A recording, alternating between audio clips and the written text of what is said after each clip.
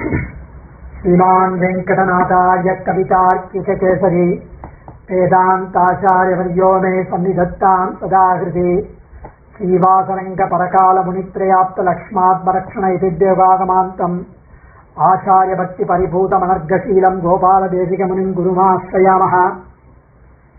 पराशरमुनिं वन्दे कृतपौर्वामिकक्रियं मैत्रेयपरिपप्रच्च प्रणिबध्याभिवाद्य च। So we are enjoying Vishnu Puranam as narrated so beautifully by sage Parasara to sage Maitreya. When Maitreya, who is his disciple, has prostrated at his feet and sought few questions he was inquiring, and they were generic questions as to who created the world, what is the world made of, and which is the lineage which we have in the world, what is pralayam, and all those generic about 20-25 questions.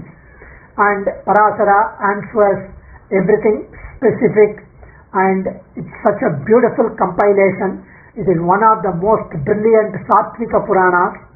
That's what we are enjoying, and we are fortunate to have this opportunity to share these wonderful stories, wonderful anecdotes, incidents as narrated by the sage. So we saw last time that the Parkadal, the milky ocean, was churned and Mahalakshmi emerged out of it.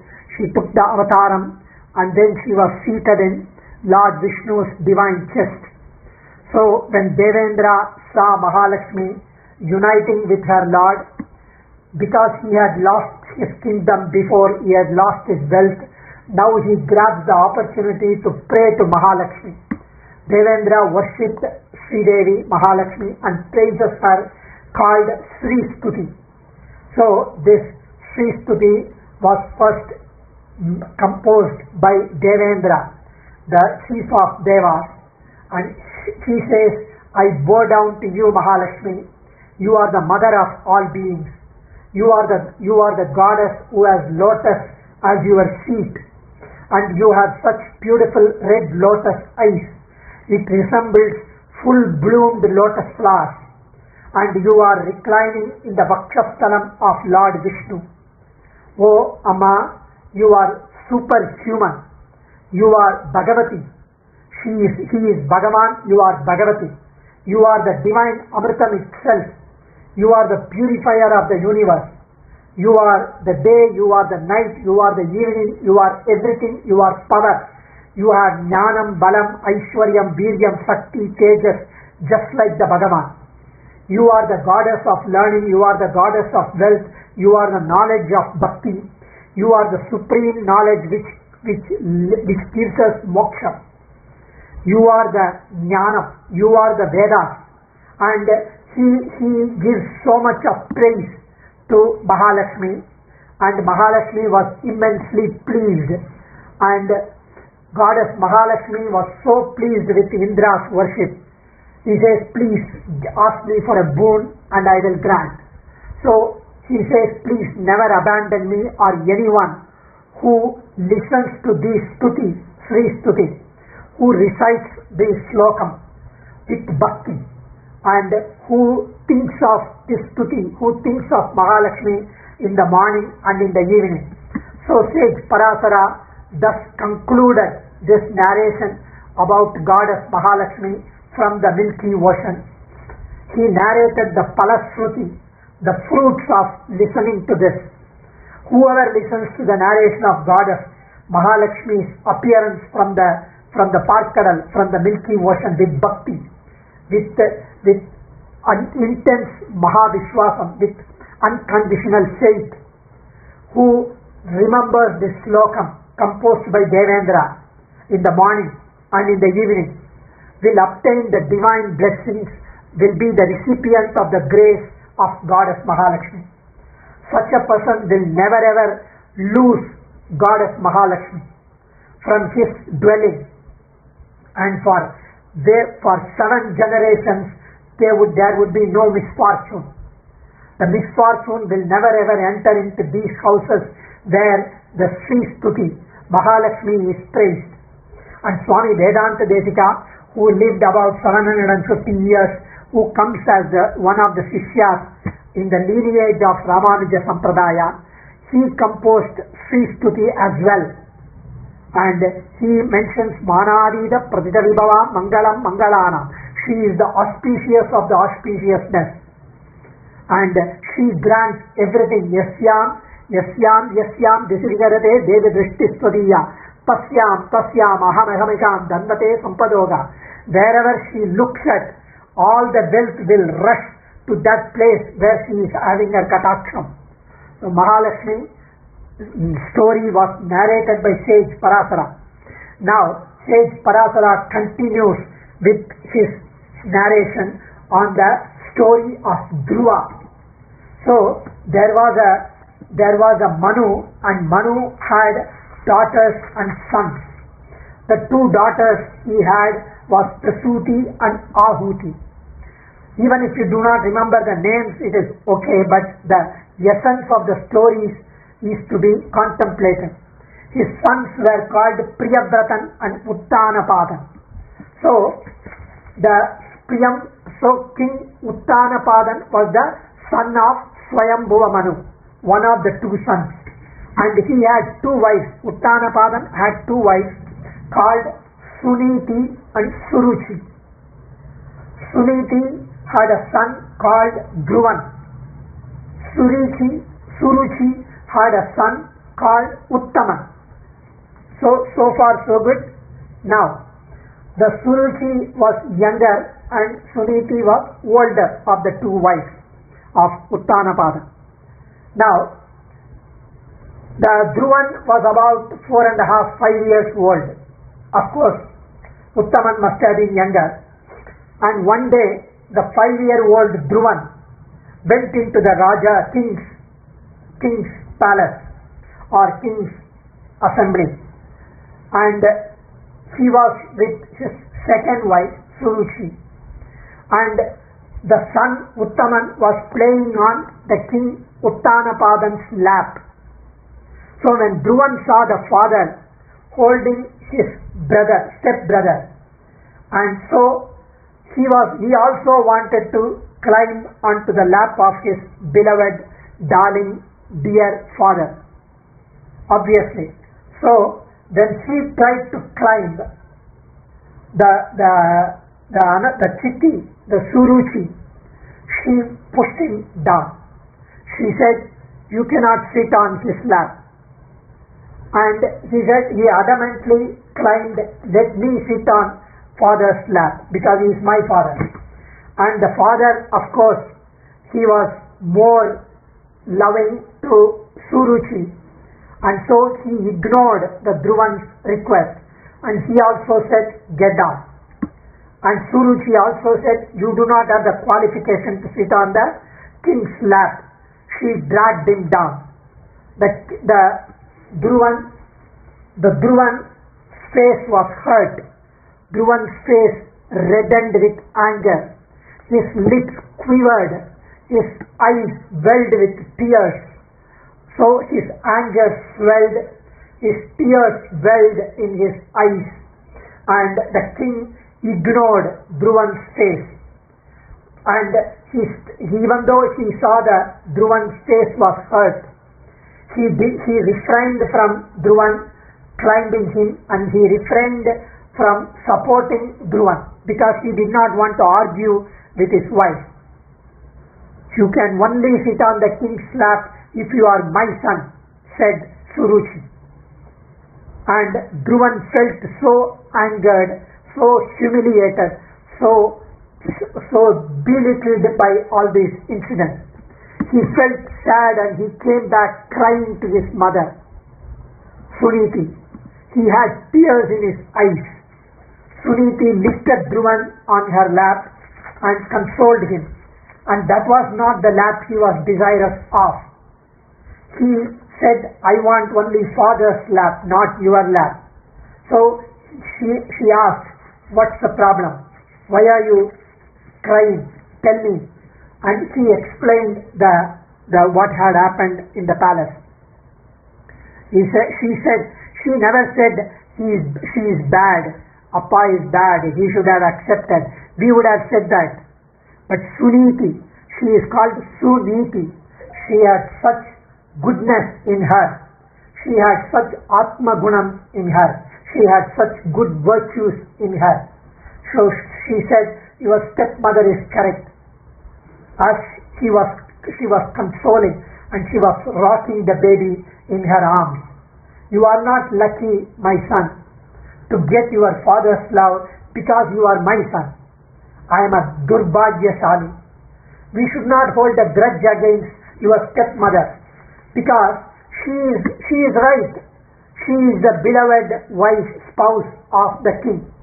He doesn't like me anymore. Even though I am the queen, I am the first wife. He likes her, and we cannot yearn for higher things in life because we are unfortunate. We cannot blame her, and it is our karma, it is our papa, it is our punya papa karma for what we are, for who we are, and for the misfortunes that we have. We have to yearn, we have to please Perumal, we have to get rid of our papams, and then we have to meditate upon the Supreme Lord. We should not feel bad just because somebody is scolding us. We should not feel bad somebody is hurting us. We should not feel bad that somebody says you are dark, you are ugly, like that. It is all because of our karma. We should be reminded of Bharata. When Bharata was, everybody blamed Bharata for sending Rama to the forest. Everybody blamed. And Bharata could have easily said, it is because of my mother Kaikeyi, it is because of the hunchback woman Manthara, because of her Rama was sent to the forest. It is because of Dasaratha who had asked Rama to send to the forest. He could have said many things. He said, I am at fault. I am the one. It is because of my karma Rama had been to the forest, even though he was not at all at fault. So we should be like that, and these are all the role model for us to be in our what we are in our life. We should try our best. We should try to do good things. We should try to do punya, and we should accept that whatever that we get is because of our karma. And what we do today will mold the future. What we were yesterday is because what we are today. So if we want to recorrect and take course of action, we have to be good, do good, and talk good, think good. So all good things will automatically follow you if Supreme Lord is pleased with your meditation. She tells Dhruva. So this narration shows that Dhruvan was lucky to have such a wonderful mother, Suniti, to show him the right path. She did not fuel his anger by speaking against Suruchi, but she calmed him down. She pointed him the right path. So immediately he said, I will go to the nearby forest and immediately and do tapas, to do the penance, to obtain the Lord's grace, is to obtain Perumal's Dhaya, his Karunya. He took the Shapatam, he took the vow, he took a pledge. At what age? 5. He said, I shall not return unless I obtain the highest abode, which is not even obtained by my father, by my grandfather. I would do that. The 5-year-old Dhruvan, with a steadfast firmness, with an unflinching, unconditional faith, walked to the forest with determination. And he took one step to go near Perumal, and Perumal was immensely pleased with his step. So he had sent the Saptarishis on the way in the forest, and even none of the soldiers, none of the palace people stopped Dhruvan, because it would earn the wrath of the king or the second queen. So they assumed that King Uttanapadan will not be concerned by Dhruvan's absence. So Dhruvan went to the forest, which is called Madhvakkannan nearby, and all we have to do now is to contemplate like what Dhruvan did. So, child, who are you? Why are you walking alone in the forest? Asked the Saptarishis. Saptarishis were meditating in the forest, and they asked this 5-year-old boy who was walking with firmness in his mind. So he said, I am Dhruvan, the son of the king Uttanapadan. He explained the reason why he was going to the forest and what he was supposed to do.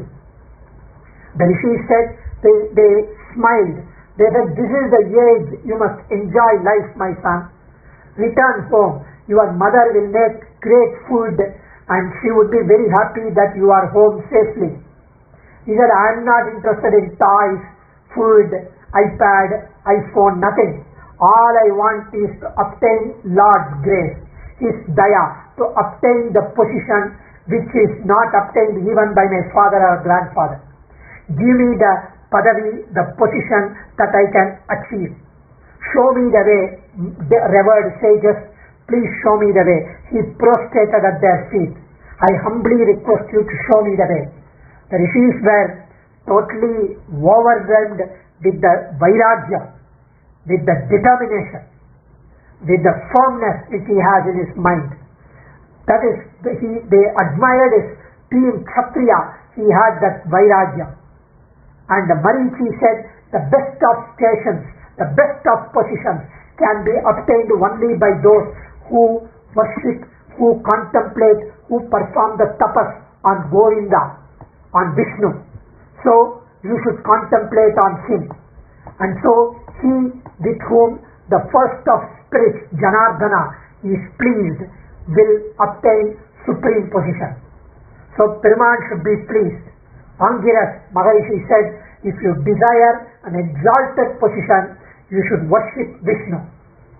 Sage Pulastya said, he who adores, he who loves, he who has bhakti on divine hari, he is the supreme soul and he is the supreme Brahman, will obtain the eternal liberation, moksha. If Janardana is pleased with a person who worships him, who prays to him, the Kratu Maharishi said, there is nothing that a person will not acquire. There is nothing. Pulaha said, Indra became the king of Devas by worshipping Vishnu. O child, you can also get anything that you wish for only by worshipping Lord Vishnu, said Vasishtha. So the sages taught Dhruvan the Dvadasakshari Vasudeva mantra. So the mantra was chanted by your grandfather. They informed Dhruvan. So they informed the Swayambhuva Manu, the grandfather. He had chanted this Dvadasakshara mantra because it is a well-known fact that Kuladevata mantra will yield more results, faster results. And that is why, even though there might be other mantras which convey the same meaning as the Ashtakshara mantra, when whatever our lineage, whatever our Acharya teaches us, we have to be initiated by the Acharya, that mantra. So, new way of worship, new mantra will not yield such a good result other than what the traditional mantra as initiated by Acharya, by our ancestors. So, in Srimad Bhagavatam, it says, here Vishnu Puranam says, the Saptarishis initiated our Dhruvan with Dvadasakshara mantra. Whereas Srimad Bhagavatam says, it was sage Narada who explained the Dvadasakshari mantra to Dhruvan. So, why in Vishnu Puranam it is the Saptarishi.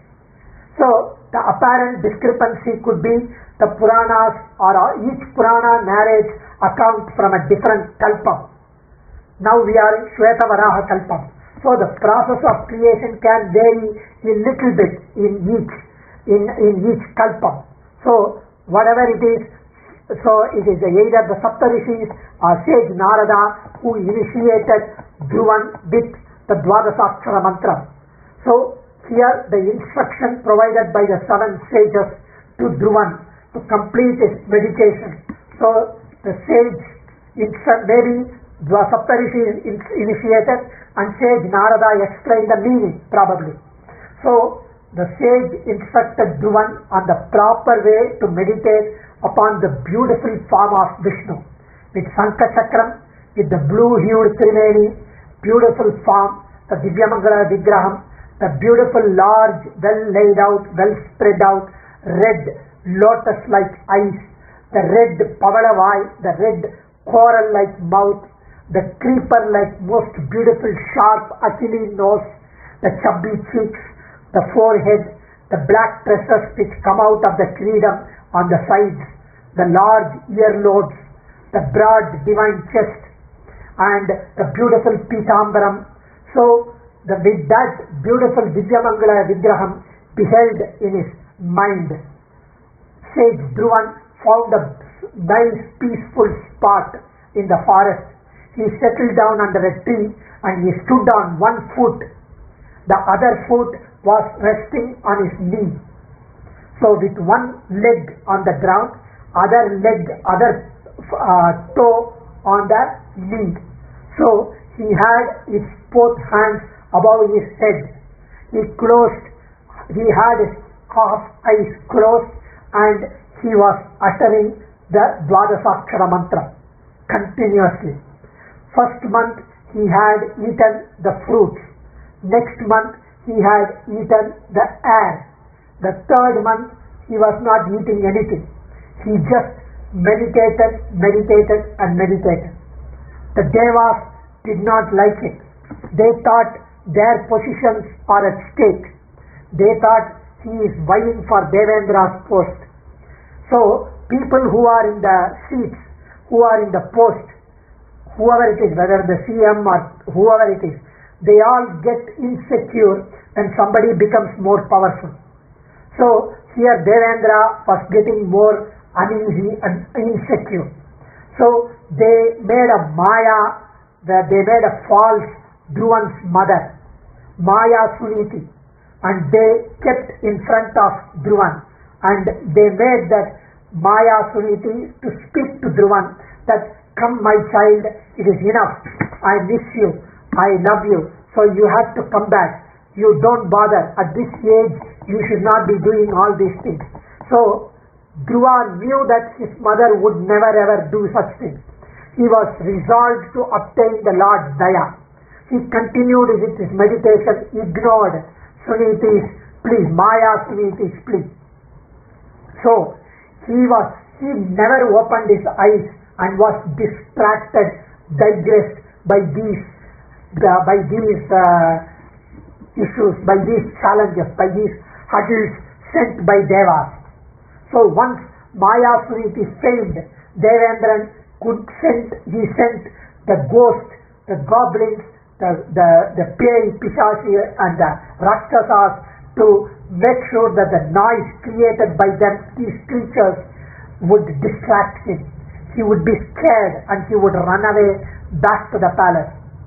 But since he was protected by Mahavishnu, he was completely oblivious and unaware of these things. Dhruvan was continuing his penance. So this part of the story was mentioned in Vishnu Puranam. The tejas emitted by Dhruvan while he was doing his meditation was not acceptable, digestible by Devas. So they were getting so hot, scorched by the tejas. Unable to bear that tejas, Devas went to see Lord Vishnu in Milky Ocean, in the Parkadal. Devendra, along with Chaturmukha Brahma, approached Perumal and said, please save us, somebody is meditating on you, and I think he wants to become Devendra, and I would be deprived of my post, you need to help me. And Mahavishnu smiled, do not worry, he is not looking for his post, he is not so mean. So, and he said, don't worry, I would go and bless him. So immediately the Lord knew exactly what Dhruvan wanted, so he appeared then and there to him, in front of him. And when he appeared then and there, Dhruvan did not open his eyes then also, because he was seeing Mahavishnu in his mind. When he was seeing Mahavishnu in his mind crystal clear, he was not digressed or distracted by Mahavishnu himself, who was standing physically in his presence. So when Mahavishnu saw that, he removed his form, from his mind. So when that was removed, immediately he felt bad and he opened. So he lost. So he opened and he saw the same form in front of Mahavishnu, in front of Dhruvan. So when Dhruvan saw that, immediately he started crying. We would be wondering, why should he cry? Because he cried because he was not knowing, he did not go to school, he never went to kindergarten or primary one, he did not know anything, he did not know what to speak. So how could he praise? What does he know? Which language does he know? So he only cried. I don't know how to praise you. I don't know what to do. So he only folded his hands and he cried. So Mahavishnu understood why he was crying. So when what Mahavishnu did, he took his Panchajanya, the white conch shell, and he touched with the tip of his conch shell on the cheek of Dhruvan. He touched. The moment he touched, he obtained the jnana, because the Shankh is Vedamayam. Brahmamayena Kambhuna. The Vedamayam Shankh. It is the essence of Vedas. And and the tip of the Veda is the Vedantam, is the Upanishad. And the moment it was touched, and touched by Sarveshwaran himself, Dhruvan completely showered with praise. Sahasra Shirsha Purushaha, Sahasracha Sahasrapat, Sarvavyapi Bhuvasparshat, Atyatishtat Dasanghulam. He said, you have thousands of heads, you have thousands of eyes, you have thousands of feet, you are Sarveshwaran, you are Sarvajnan, you are Sarvashaktan, you are beyond everyone's comprehension. Yato vacho nivartante aprahapya manasasaha. Where the mind cannot reach, words cannot reach, you are unfathomable, you are incomprehensible, you are Supreme Lord, you are the Shariram, you are the Shariri of everyone and everything, you are the indweller of everyone and everything. You are there in the universe, you are there in the five elements, you are there in the mind, you are there in the senses, you are there in the soul of the Jivatmas, you are there, you are not there in nothing, you are there in everything. You manifest everything inside and outside of everything and everyone. He showered with so many praises. And you are the one who is the creator, you are the one who is the director, you are the one who is the controller, you are the master, you are the Lord. So many lovely verses, one after the other, he simply burst out with. And that is the Punita Charitam. And Sage Parasara mentions that those who contemplate on this Dhruva Charitram would be completely granted all auspiciousness in their life. And what Vishnu said, what do you want? Tell me. Dhruvan said, this is what had happened. I would like to be in the highest of the positions, and I would reach the highest of the status, the position. So, and today the pole star, the Dhruva Nakshatram, is beyond all the galaxy and all the stars, all the planets. There is one star which is called pole star, which is called Dhruva Nakshatram, and there is one auxiliary to it, and that is Suniti, his mother, who is also blessed to be in that position. Until this Kalpam, you would be in this position. So he was very pleased with Dhruvan's intense bhakti, Mahavishwasam, intense devotion, the Vairagya, the determination, and all that we need to have when we pray to Perumal, at least even for 3 minutes, even for 5 minutes, we should have such unflinching faith, unconditional faith on him, and pray to him for our upliftment, and be acceptable of what we are blessed with for what we are. We should accept, and we should mold our present to be what we want in future. So whoever listens to this Dhruva Charitram would be blessed with all auspiciousness, Sage Parasara mentions. So one should contemplate on Dhruva Charitram early in the morning when we get up. కవితార్కిక సింహాయ కళ్యాణ గుణశాలినే శ్రీమతే వెంకటేశాయ వేదాంత గురవే నమః. ధన్యోస్మి.